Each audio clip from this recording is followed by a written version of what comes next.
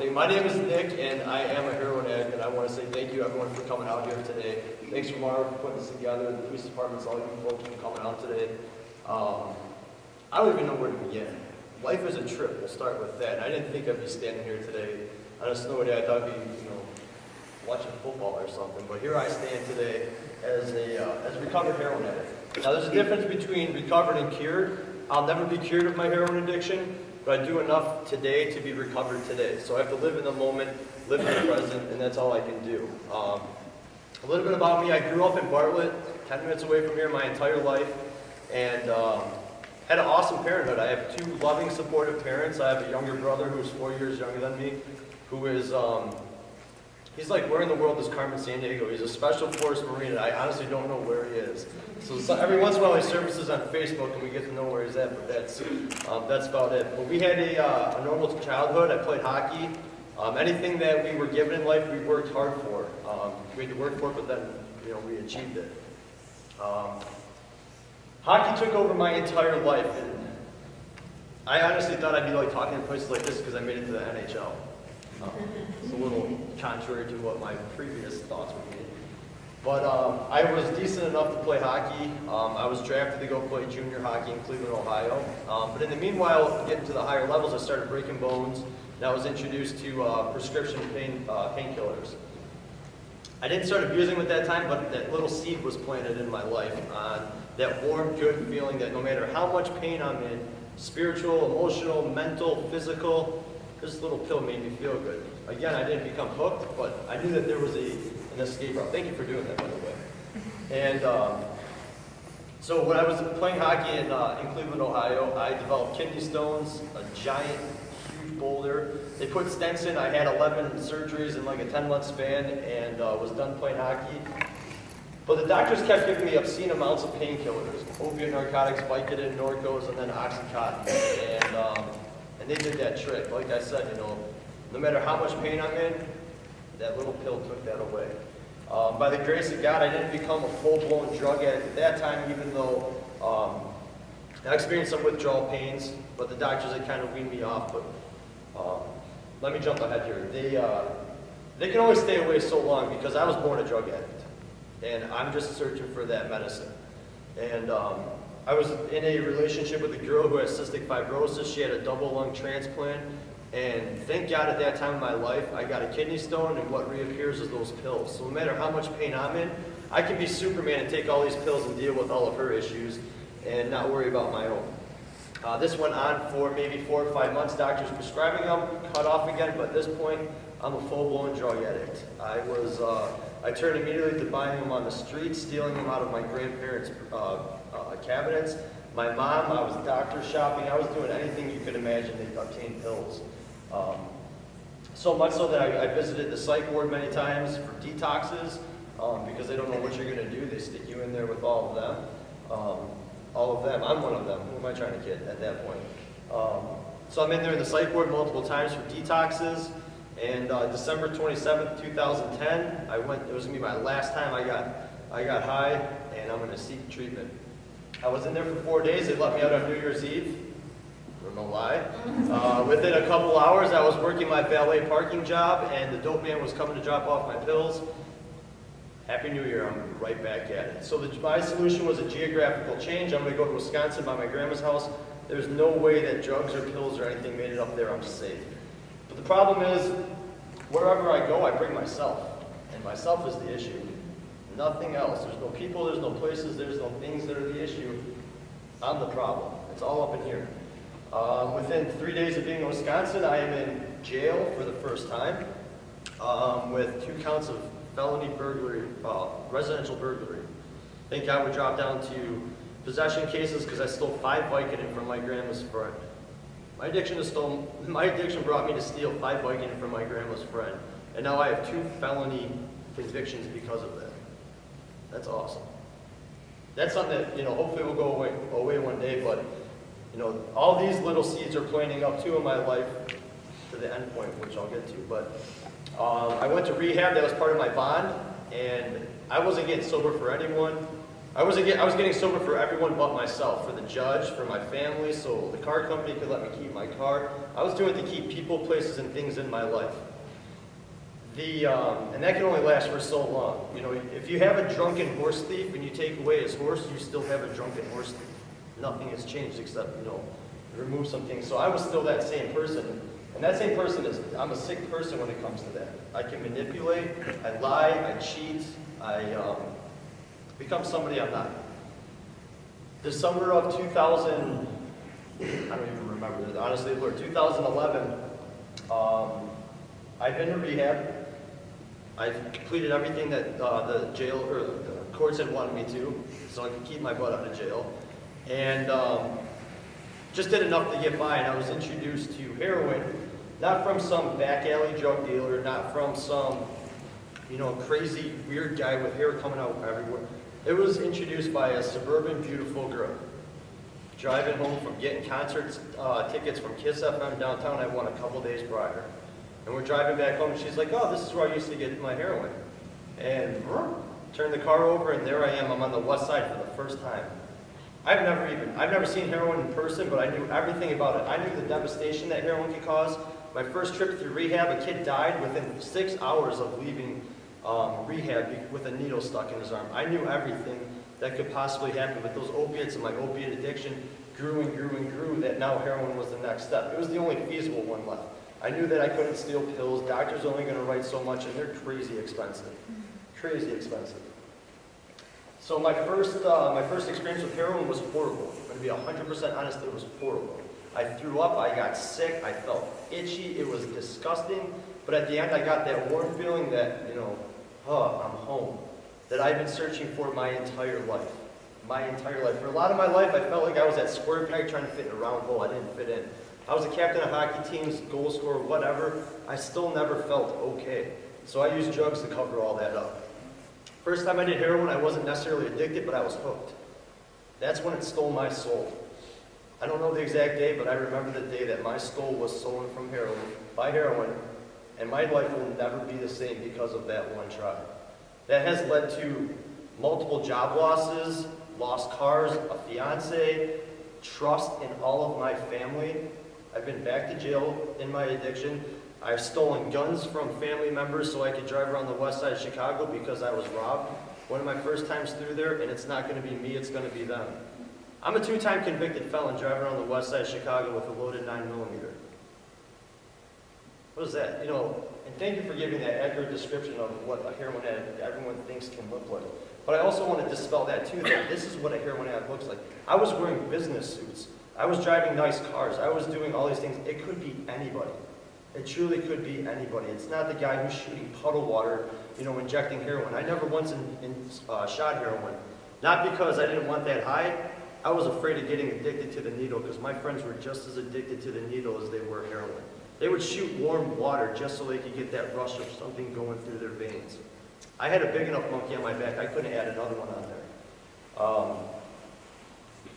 No, I'm just going to kind of stop with there. I could go on with more stories all day long. I want to tell you guys, you know, that heroin addicts aren't bad people. They're creative, good people. And we're not the scum of the earth. And that really bothers me. It's taken a lot to get where I'm at today. I'm not up here just because, you know, I put a couple days together and, you know, here I am. It's taken a lot of work. I've rigorously worked a 12-step program I didn't know I could be honest because I couldn't tell one more lie. One more lie and I'm going to end up on a screen like this, no offense. That's what my addiction does to me. I don't have another shot. I know I have another relapse in me, but I don't know if I have another recovery. This takes work. I've never been homeless, but I've lived on the streets. My mom, you know, when I got out of rehab, I got to add this too, I'm sorry. Let me back up. You know, people want to talk about rock bottoms in their addiction. Well, my bottoms have trap doors and trap doors and trap doors. I keep hitting them and keep hitting them when I live that lifestyle. February 14th, otherwise known as Valentine's Day, I had $100. I went on a scratch-off lottery ticket with like my last dollar. I'm like, woo-hoo! Because I'm going to get heroin. But I really want to take this girl out because it's Valentine's Day. But I can't take her out because that's going to take away my stash money. But I know this girl does heroin. I can take her out. Well, I can't do that. So heroin became my date. That was my first big bottom, when I realized that I couldn't even have a girlfriend, that heroin has taken over my life. I went to rehab the next day, and after, I still know best at this point what's best for me. I was in there for 12 days, and I called a cab. I hustled a hustler in rehab, hustled another drug addict to give me 20 bucks. And I called a cab and I went home. Now when I got home, the garage code was changed. All the doors were locked. The windows that I kept open were locked. And the only way I could get in is throwing a brick through my mom's back window to grab my car keys so I could get high, or grab my dad's shotgun, because I'm going to kill myself. It's either going to be by dope or it's going to be by my own doing. I've never been suicidal in my life. I've never had self-injury. Heroin made me that person. After I realized that my car keys are gone, that last couple bucks I had was gone, I did the only thing that I could do at that point, because I couldn't feel anything. Heroin stole my soul. I couldn't feel anything. Yeah, you could poke me, I'll feel that, but I was so spiritually, and that's what it took. It took my absolute, it wasn't physical or emotional, it was my actual, just absolute spiritual bankruptcy that led me to taking a big butcher knife, an 8-inch butcher knife, and cutting my Achilles tendon just so I could feel something. Just so I could feel something. So I called the ambulance on my own feeble suicide attempt because I need help. And when you do something like that, they take you to the psych ward. We joke about this now. I don't know why they took me there. I was fine. That was a joke, but never mind. I wasn't fine. But that's where my journey started. My mom kicked me out. I lived in a sober house in Elgin for 3 months, at a 3-quarter house where I had rules, I had guidelines, I had stipulations, I did 10, 12-step meetings daily. I had to get a sponsor, I had to be honest, They kept asking for this honesty thing, and I had to be open-minded and willing to try something different. My sponsor told me, he goes, listen, I'm going to wrap up all your crap that you're walking in here with. Probably would have fit on here because I didn't have much left in my life. He goes, put that over there, take a couple steps over here. Try this for 3 months. If you don't like it, I'll give you all that back, and I'll drive you down to the west side for your first bag. Now, like 2 weeks sober, I'm thinking, all right. But I tried that lifestyle. I found God. Laying in the back of that ambulance after I cut myself, I had God. I have all this chaos. I just broke out of rehab. I broke into my mom's house. The cops come in at gunpoint because I have a weapon involved. Now I'm getting, for the 3rd time in my life, guns pointed at me. Now it's by the police. This is where my life has taken me, my heroin addiction has taken me. So I moved to Elgin for 3 months and do all that. I get a job. I can keep a job for once because I have some accountability. I'm honest, and I probably tell my employers too much, but I see those people more than I see anybody else, and I can't have any secrets anywhere, because that's a death notice. That's a 100%. I'm a goner. I wasn't making much money at the time, and the guy went on a whim and let me stay with them for a couple months. And I feel comfortable talking about this in this setting, but this is 100% a spiritual journey for me. I don't normally talk about this, but this is the only way that this is sticking. God, for a long time, was a 4-letter word to me. I never lost faith in all of this. That's why I'm standing here today. I always had this little bit of faith hanging on somewhere, because I saw some hope in some people. And it's God that I'm standing here. All my prayers were answered. They just weren't answered the way that I wanted them at that time. When I had cops behind me, when I was sitting in jail cells detoxing, when I'm driving home from the cab saying, God, please intervene. He answered my prayers just the way I didn't like them at that time. I don't even know. I do a lot on a daily basis, because my drug, heroin, made me do more. Always more. Whatever it was more. Steal more, do more, lie more, manipulate more. Whatever it was more. So today, for me to live, I have to do more. I work full-time at a place called Pinstripes in Northbrook. Come check us out. It's pretty cool. I don't think I've ever plugged them, by the way. They'll be happy to know that. I do a lot of speaking with LTM and the Bar of the Police Chiefs.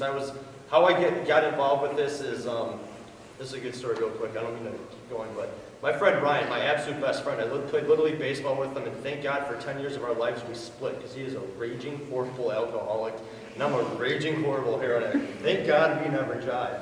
But I went back to AA for the 2nd time, and again did everything differently, and who was sitting there but my lifelong buddy from Little League. And thank God there's a familiar face. So get buddy with him again, and He celebrates 6 months sober and then disappears for 3 days, relapses, goes in and out, and he ended up disappearing for 6 days at one point. Phone is shut off. I'm literally driving to the morgue, calling, filing missing persons reports at the Bartlett Police Department, and got involved with their crisis intervention team. Ryan, I am happy to say, is safe and sound and somewhere in this world today, doing amazing things. But that's how I got involved, is through my friend and the Bartlett Crisis Intervention team, and they asked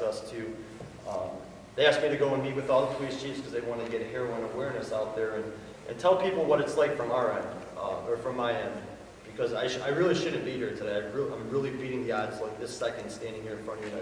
I want you all to know that. Like, I could leave here and heroin is always on my back. It's always within an arm's reach away. That I could be on the west side of Chicago, well, with the snow, the traffic, I mean, probably like 55 minutes tops.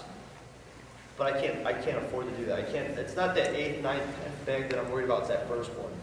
But I got involved with them, and we've had some engagements, and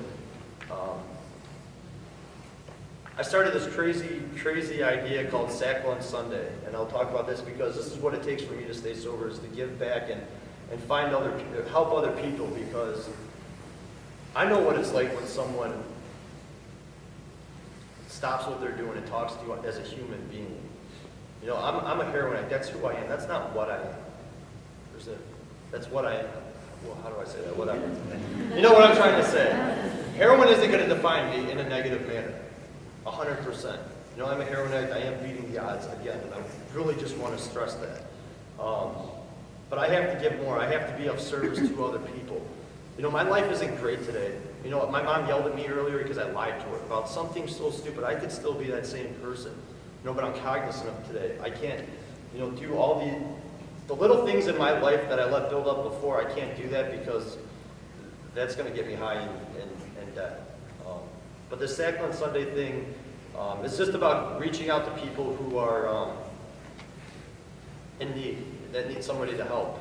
And it was me and a buddy. We brought 20 lunches down to the Loop of Chicago and passed them out. He put a YouTube video up, and so we started this thing. And we now pass out 100 lunches each week on the streets. We work with a men's shelter downtown and also a women and children's shelter out in the suburbs.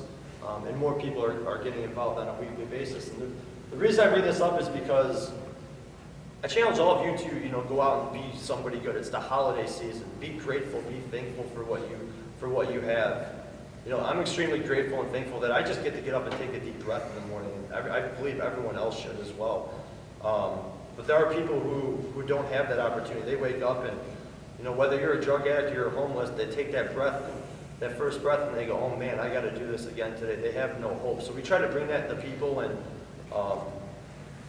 it's God driving this 100%. I'll share this story and I'll shut up, but I was at the Community Crisis Center in Elgin today, just making a normal donation. I have a group that goes down each Sunday and pass out the lunches. I wasn't able to do that today because, obviously, of this, but I got to go to Elgin. God took me out of that situation to use me somewhere else.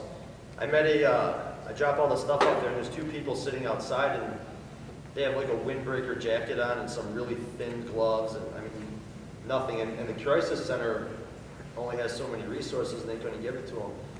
Because someone had taken the time to talk with me a while back and get to know who I was as a person. I get to do that today. And I met 2 people today that I have as friends. I gave them the extra lunches that we had in our car, and blankets and all that stuff. And take the time to get to know somebody. Don't judge. Don't stereotype. Don't judge heroin addicts. Good people, good-looking kids, right? And but it's truly here. It's in our backyard. It's affecting everybody. I've yet to meet some really old heroin addicts. Don't exist. Maybe life expectancy is 30. I don't know what the stats are, but I'd be hard pressed to say it's higher than that. Go out there and follow your goals. For all you kids in here, go be judges, lawyers, cops, whatever you want to be. Like, leave the heroin stuff to me. I got this. I should say, I don't have this. It's a daily reprieve I have, but please allow me just to be the heroin. Don't follow my footsteps. You're not going to get anything out of it. It's a full-time job. You don't get any benefits. You wake up sick. You run from that sickness. You don't even get high anymore. I used to drive down to the west side. You know, I just chose to go get my dope there because it was better in my eyes. Lost what I was saying, but it's disgusting. You're never going to get as high as you want. You're never going to feel as good as you want until it's too late. And I thank you guys for coming here today. If you have questions, you know, we'll all be here. Reach out. And parents, go home and clean out your medicine cabinets. I mean, there's drop boxes everywhere. Don't just flush them down. I don't want Lori over here getting mad. But there's places for it because that's where it started. That's where my addiction thrived for a very long time, was out of my very close family members' medicine cabinets. And it only grew from there. So thank you for allowing me to be a part of this today.